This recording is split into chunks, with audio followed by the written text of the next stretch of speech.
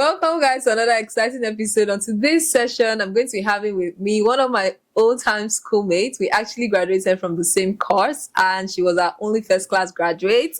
I'm going to sing her praises, but I'll also let her introduce herself. And if you guys are returning subscribers, please stay subscribed. Share with your friends. We need new subscribers, please. I'm sure our guest today is going to be very happy if you share this with somebody. Over to you, Favor. Okay, hi everybody. It's actually a great pleasure to be here, and I'm happy to be seeing my classmates. I know we are using these moments to bond, but I'm actually happy to see her and just catch up and all of that. So, yeah, pretty much it. Do you want me to introduce myself? That was an all moment. Okay. I was still. So she goes by Reality with Faye on social media. I know that there was a time I was really following back to back, like updates, documenting her life. And that was even when I started asking myself, content creation, is it actually this easy? Because documenting what you do every day it cannot be easy, I know. Yeah. So I want to know, like, what inspired that whole journey? What phase were you at when you created the handle Reality with Faye? Reality with Faye.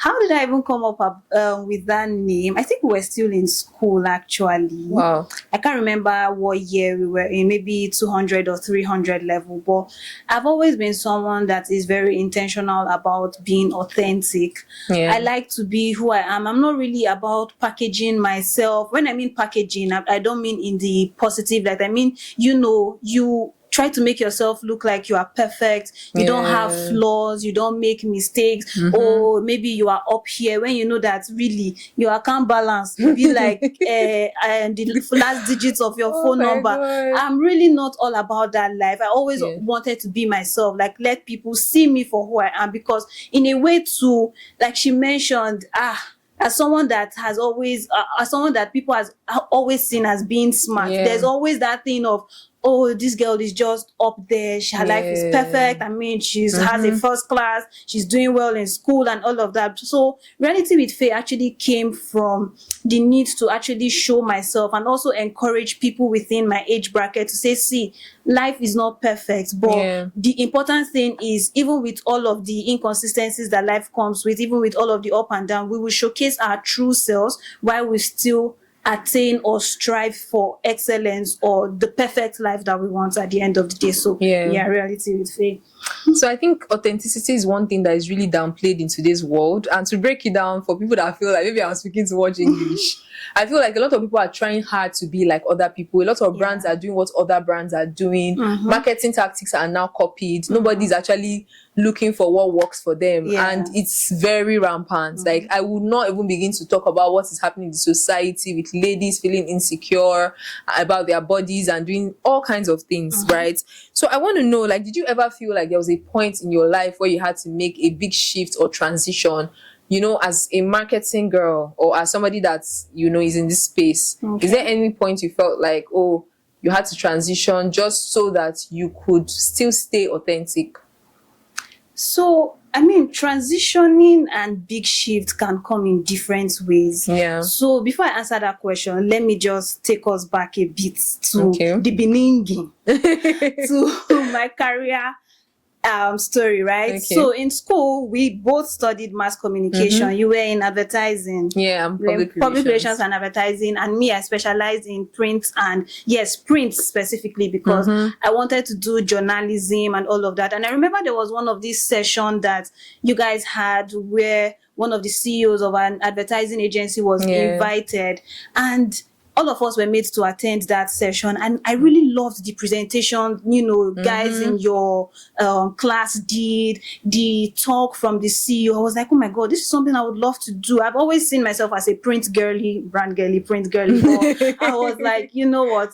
Let me give this a try. We are going to be wrapping up our project and schoolwork in a couple of months. So I walked up to the CEO. I spoke to him. He gave me his card. And then I applied. He practically just gave me his card, told me to reach out to this person, and I was given an internship role. And that was how I moved. That was the first pivot, right? That you had. From print journalism to advertising, right? And it was like a different ball game entirely, because remember, that was not what I specialized in during my coursework. So now at the internship, I'm having to learn everything about advertising, because that's not what I did or focused on in school. But I was willing to put in the work, just give it my best shot, learn as much as possible. So I got into advertising from there, and as a result of the experience and the exposure to advertising, I decided to further my education, do my master's in marketing communications. So that was how I pretty much got into full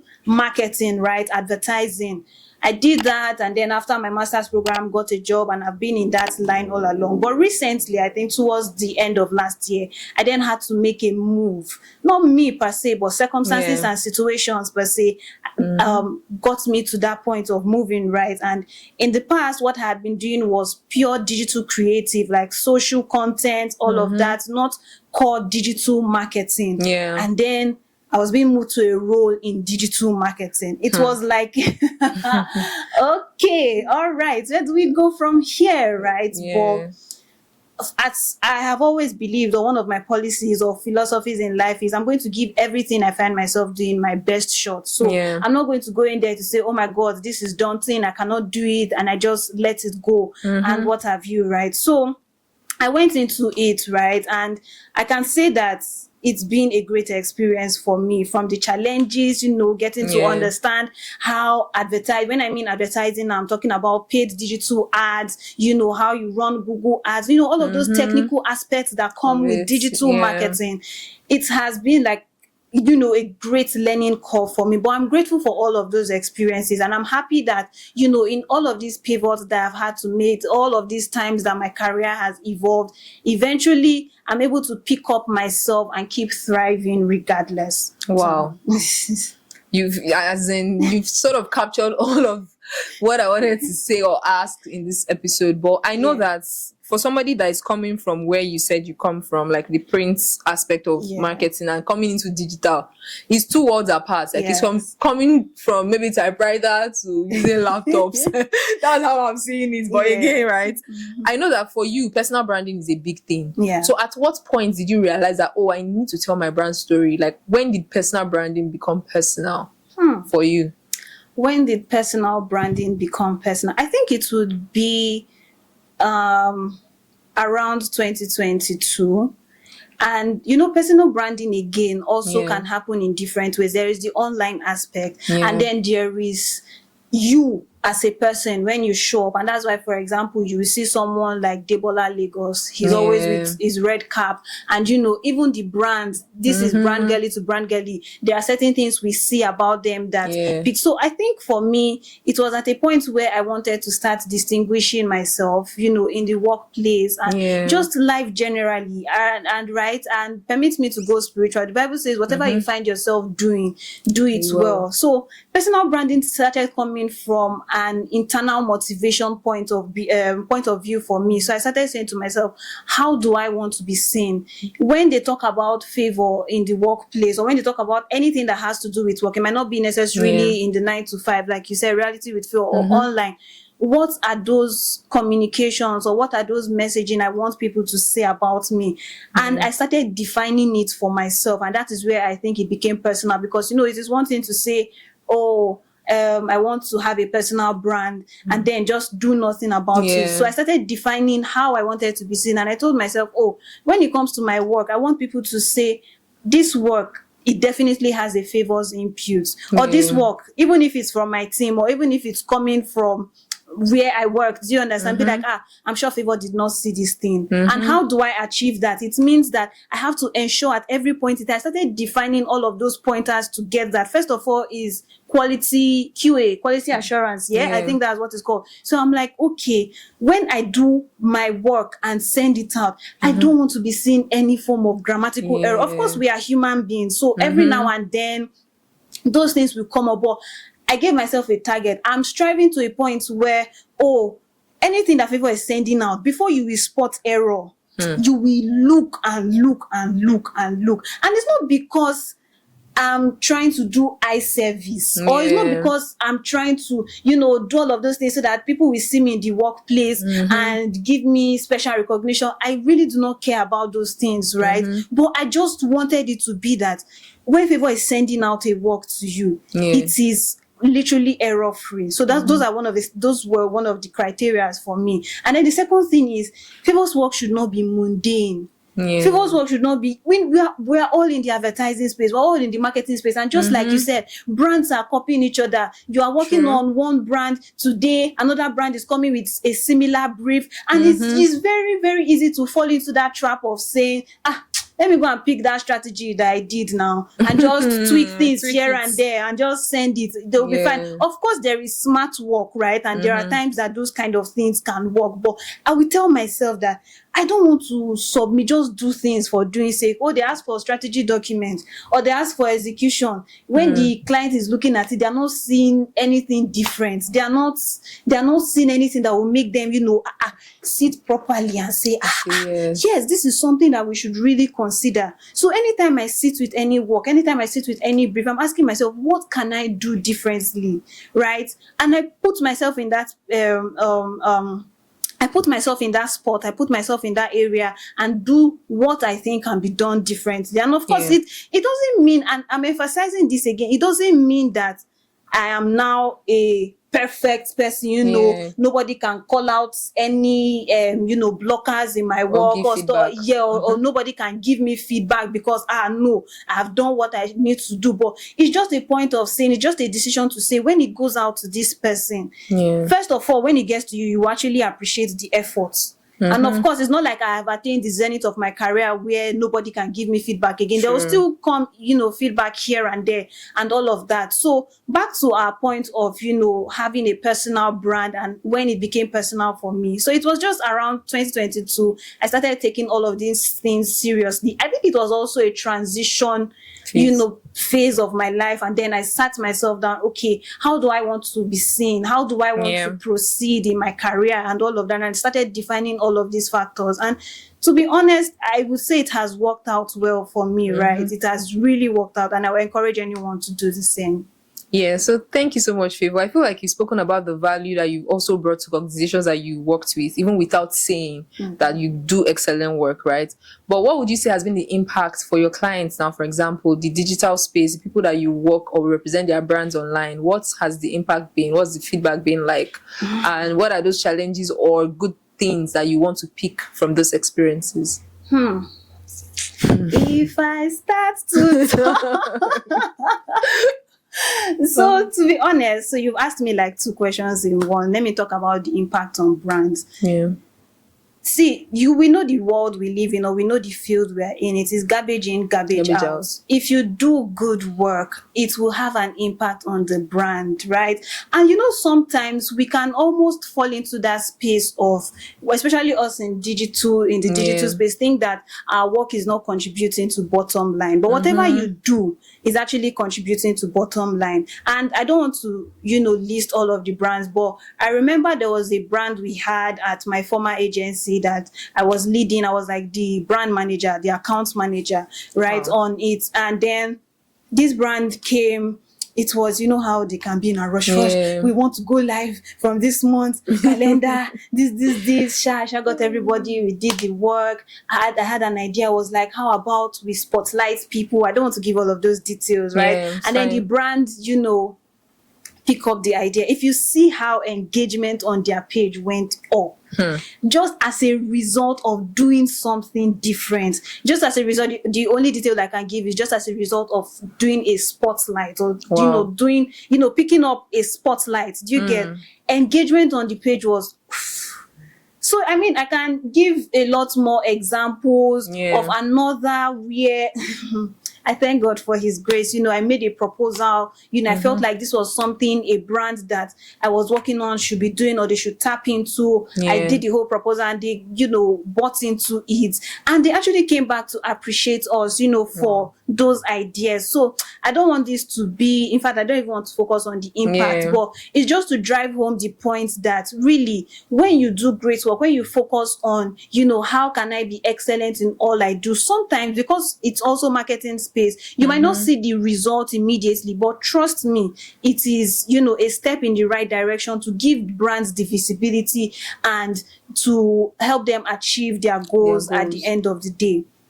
So when you talk about challenges, of course, there have been a lot of challenges, right? Because our work is also, it's very result based. If you do a content now, clients are expecting that you just post one thing on their page and they will go viral. They like that word. I love my clients. I love you all. But that thing is almost always in their brief. We want to go viral.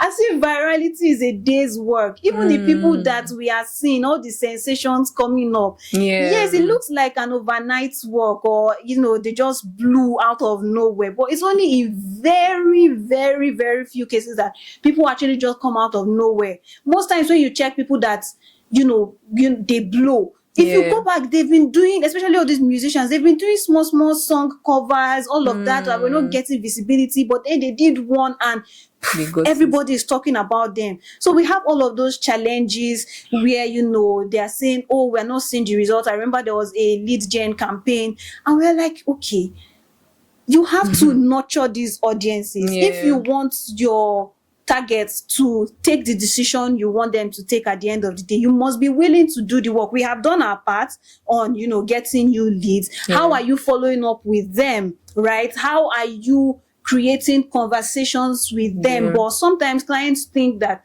oh, if we have paid you this money, we should just be seeing people saying, I want to order now, I want to order now, I want to order now. So that's one of the challenges that come with our work. I think another challenge that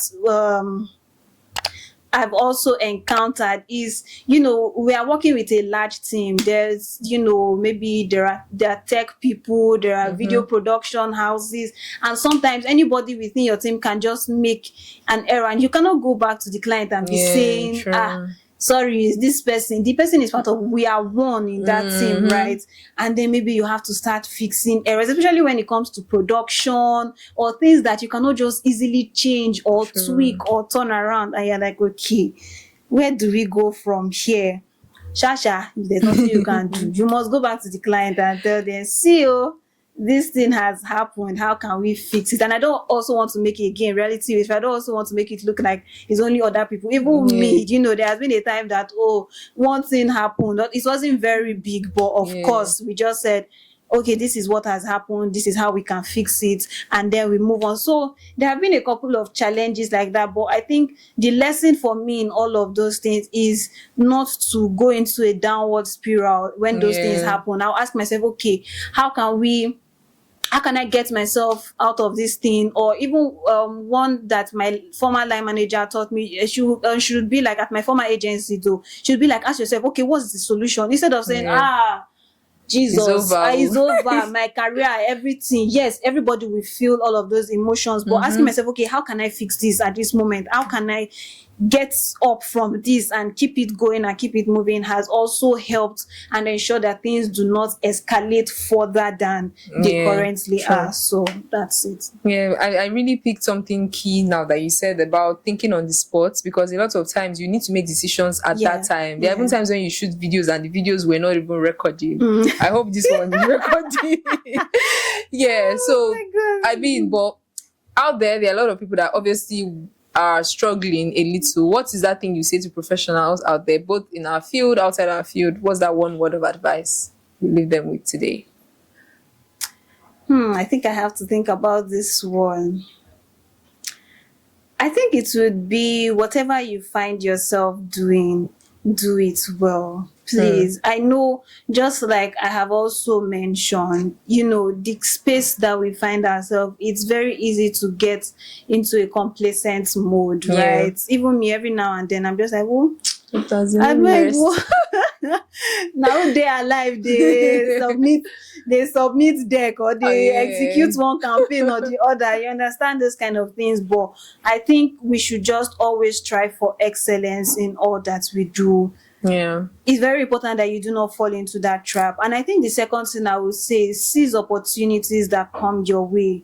Sometimes in life, certain opportunities come your way, and then you are like, this is not what I want to do, Joe. So you just let it go, please. In recent times, even me, I'm like, when this opportunity came my way, maybe I should have taken it. You get, not necessarily related to career now. Do you get? I should have probably just taken it. So if it's something you can do at that time, let your reason for not doing it being, oh, I don't need it, or I'm not going to need it in life, because you never can tell. Life has a lot of twists and turns, and True. as the opportunity is coming like this, as far as you have the capacity, don't give yourself excuses, just go for it, right? Go for it. And I think that would help us, that would distinguish us in the long run. Yeah. Thank you so much. I feel like you already closed this session for us. Thank you for the word of advice. I'm happy we had this chat and catch-up session. It's been long coming. Thank you so much, Reality with Faye, for making it to today's episode. I'm sure our viewers are happy and picked one or two things from this particular session. So guys, please, if you loved what you heard and what you saw, leave a comment below. Leave your notifications turned on, and don't forget to stay subscribed and share with your friends as well. See you on the next episode. Bye.